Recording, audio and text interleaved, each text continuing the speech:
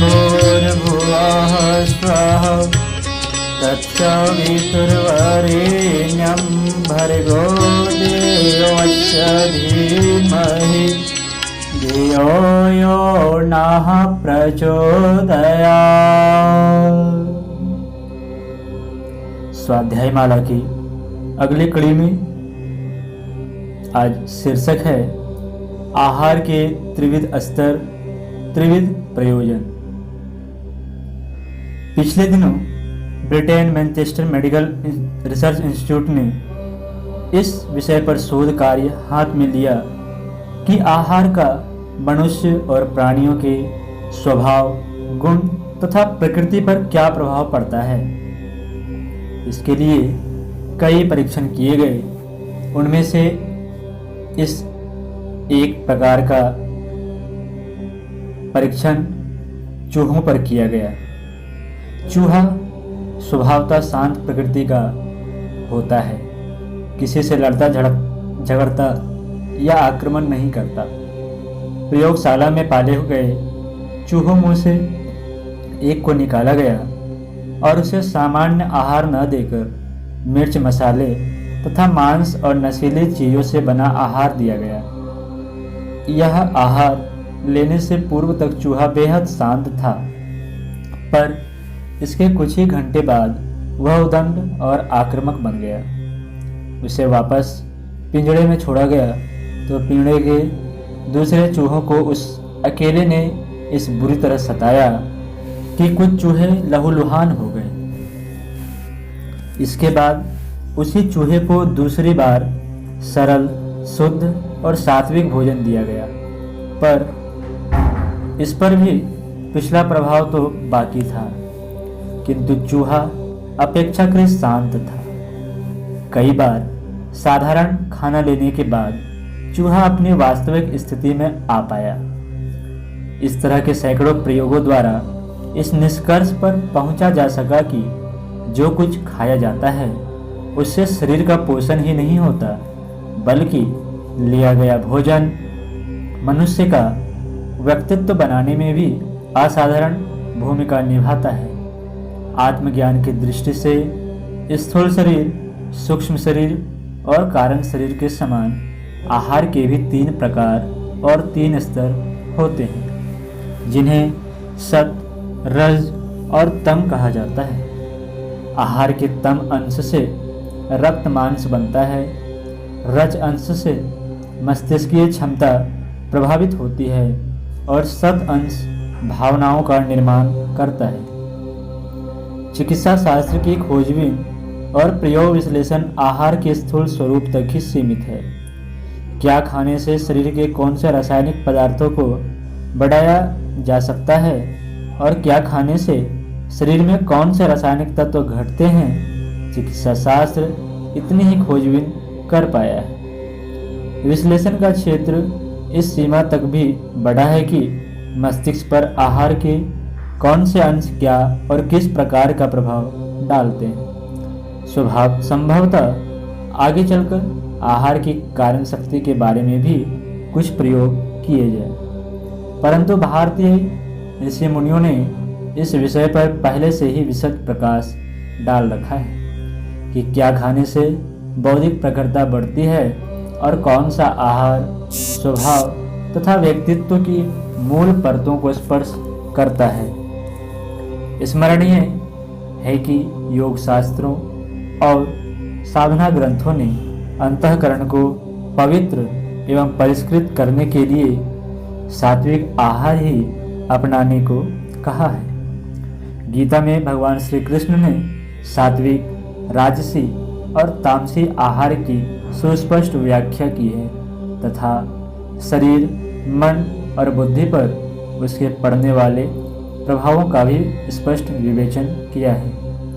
आत्मिक प्रगति के आकांक्षी और साधना मार्ग के प्रतीकों के लिए इस बात का निर्देश दिया गया है कि सात्विक आहार ही अपनाया जाए और उसकी सात्विकता को भी भावनाओं का संपुट देकर आत्मिक चेतना में अधिक सहायता दे सकने योग्य बनाया जाए।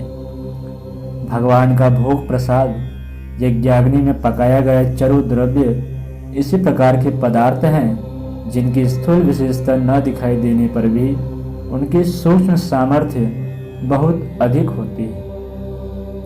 प्रत्यक्ष रूप में आहार का मस्तिष्क और स्वभाव पर क्या प्रभाव पड़ता है यह देखना हो तो नसों के रूप में देखा जा सकता है। हल्का या तेज नशा मस्तिष्क पर अपना कैसा प्रभाव छोड़ता है यह सुस्पष्ट है।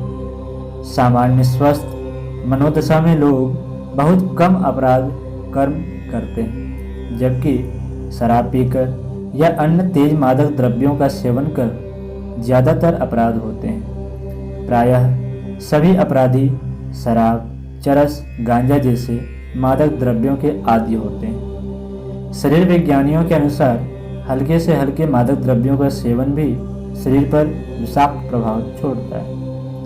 मस्तिष्क को कुंठित कर देने वाले नशा जिस प्रकार अपना हानिकारक प्रभाव दिखाते हैं, उसी प्रकार ऐसे रसायन भी ढूंढ निकाले जा रहे हैं जो उसी प्रकार के अविकसित अंगों में पुनर्जीवन भर सकते हैं। नशाबाजी के ठीक विपरीत प्रकार की यह रचनात्मक दिशा हुई। पश्चिमी देशों में इस विषय को लेकर काफ़ी खोजबीन हो रही है। अमेरिका के बाल्टीमोर शहर के एक स्कूल में 52 विद्यार्थियों को स्मार्ट पिल्स नामक दवा 1 महीने तक खिलाकर देखा गया। 1 महीने बाद उनके मस्तिष्क की परीक्षा की गई तो पाया गया कि इस थोड़ी सी अवधि में उन क्षेत्रों की मस्तिष्कीय क्षमता पहले से अधिक बढ़ गई है। मिशिगन विश्वविद्यालय के जीव शास्त्री ने मस्तिष्क पर आहार का प्रभाव जांचने के लिए मनुष्येतर प्राणी पर भी प्रयोग किए हैं।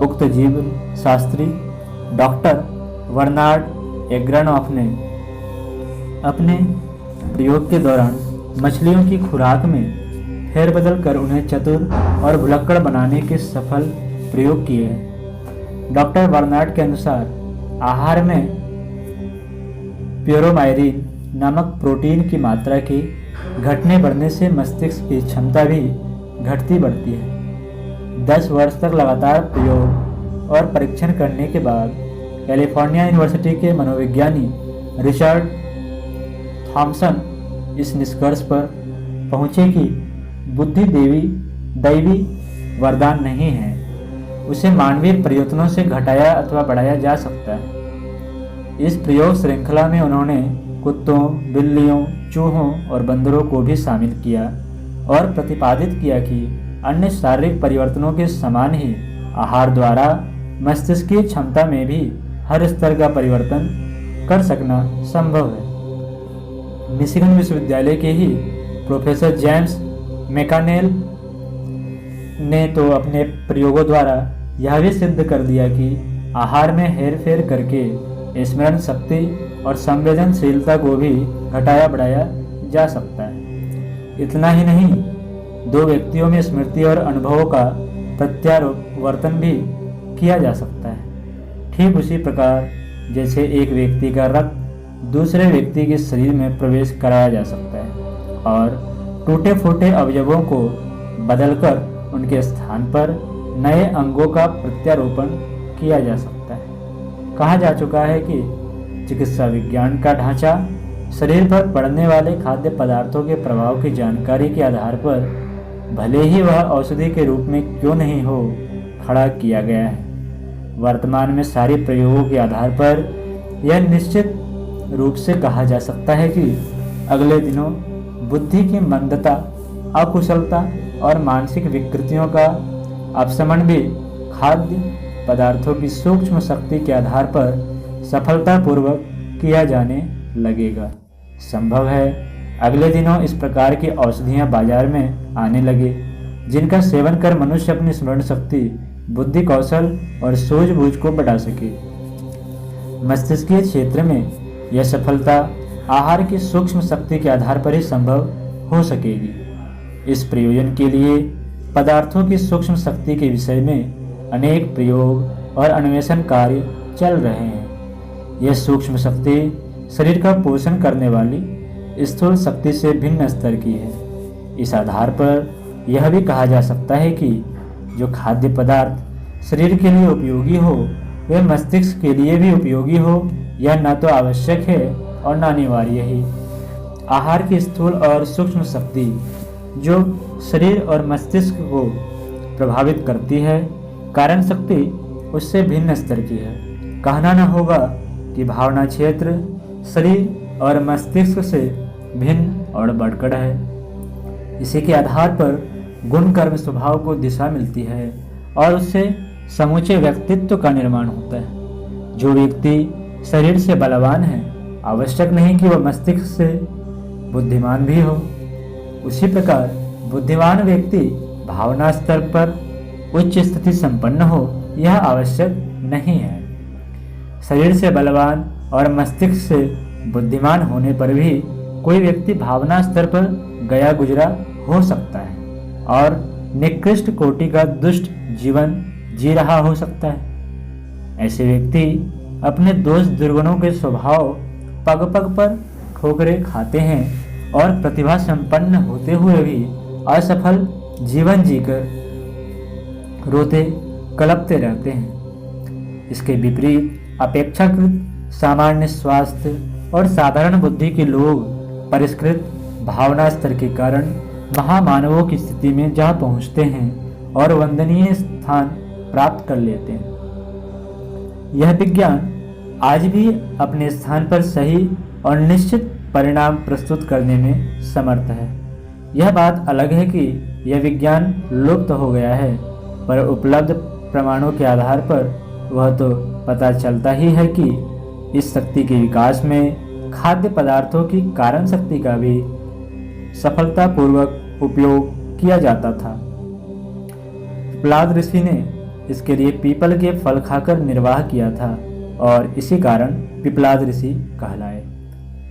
औदंबर ऋषि का नाम भी इसी आधार पर पड़ा कि वे औदुंब फल अर्थात गुलर का फल खाकर ही अपने जीवन यात्रा चलाते थे। केवल मूंग ही खाकर निर्वाह करने के कारण मौदगल ऋषि का नाम मौदगल पड़ा। यह खाद्य पदार्थ भी विशिष्ट उपचारों से अभिमंत्रित किए जाती थी ताकि उनकी कारण शक्ति विशिष्ट रूप से उभर कर आ सके। यज्ञ विज्ञान के अनुसार विशिष्ट अग्निहोत्रों में विभिन्न प्रयोगों द्वारा हवन सामग्री को परिष्कृत और अन्न को संस्कारित इसलिए किया जाता है कि उनकी कारण शक्ति का उपयोग किया जा सके। आत्मिक प्रगति के लिए की जाने वाली सभी साधनाओं में आहार की कारण शक्ति को विकसित करके उसके उपयोग का विधान है। इस संबंध में उपेक्षा बरती जाने से आत्मबल संवर्धन के लिए किए जा रहे साधनात्मक प्रयोगों में यत्किंचित ही सफलता मिलती है, जबकि आत्मबल का अभिवर्धन ही मनुष्य की सबसे बड़ी सफलता है और वही सबसे मूल्यवान संपदा भी।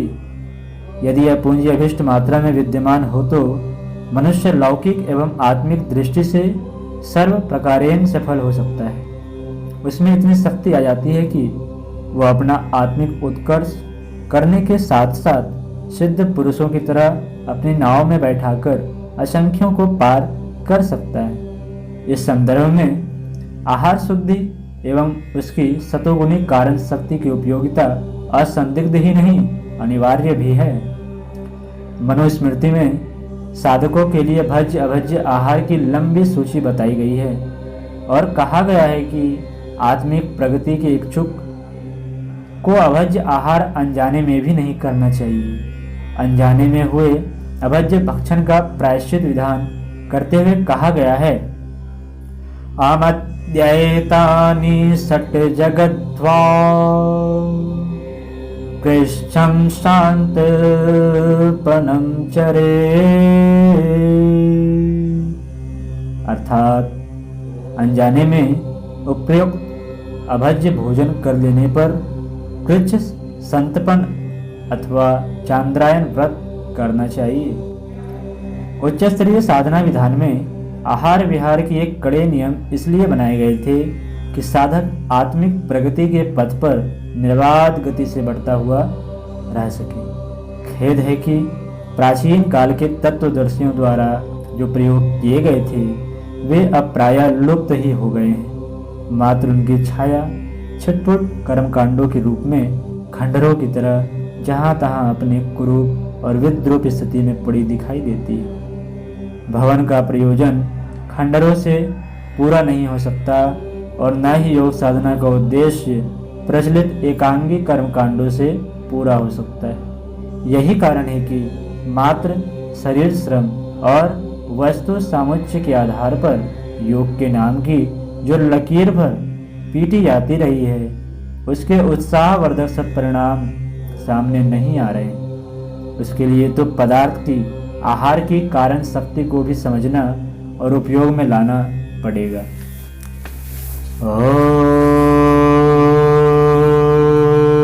ओम शांति।